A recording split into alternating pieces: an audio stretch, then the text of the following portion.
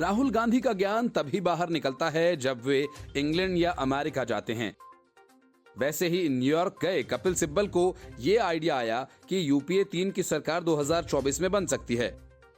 यहां नीतीश कुमार की विपक्षी एकता के गुब्बारे में ममता बनर्जी और अरविंद केजरीवाल ने पिन मार दी, तो अब कपिल सिब्बल उसी गुब्बारे में हवा भरने निकल पड़े।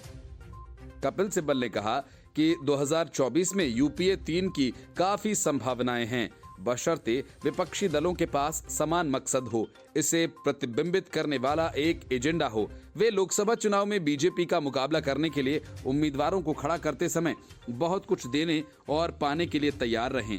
विपक्ष की एक प्रमुख आवाज और कांग्रेस के पूर्व नेता कपिल सिब्बल ने कहा कि साझा न्यूनतम कार्यक्रम के बजाय विपक्षी दलों को भारत के लिए नई सोच पर बात करनी चाहिए। कपिल सिब्बल का यह बयान ऐसे समय में आया है जब 23 जून को पटना में विपक्षी दलों की एक अहम बैठक होनी है, जिसकी मेजबानी बिहार के मुख्यमंत्री नीतीश कुमार करेंगे।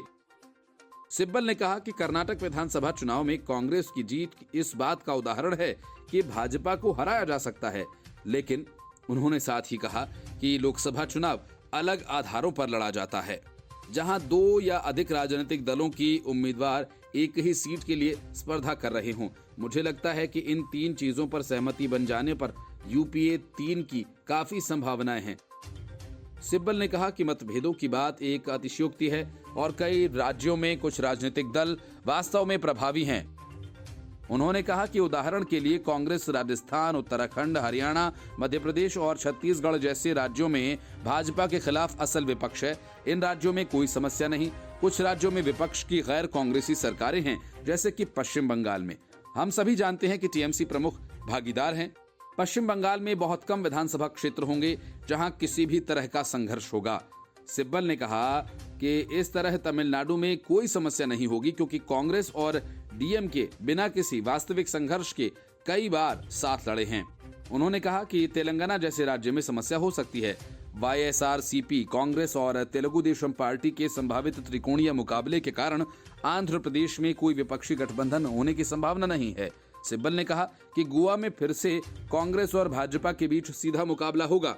उत्तर प्रदेश में असली विपक्ष का प्रतिनिधित्व समाजवादी पार्टी करती है। राष्ट्रीय लोकदल और कांग्रेस का कनिष्ठ सहयोगी रहना अच्छा होगा।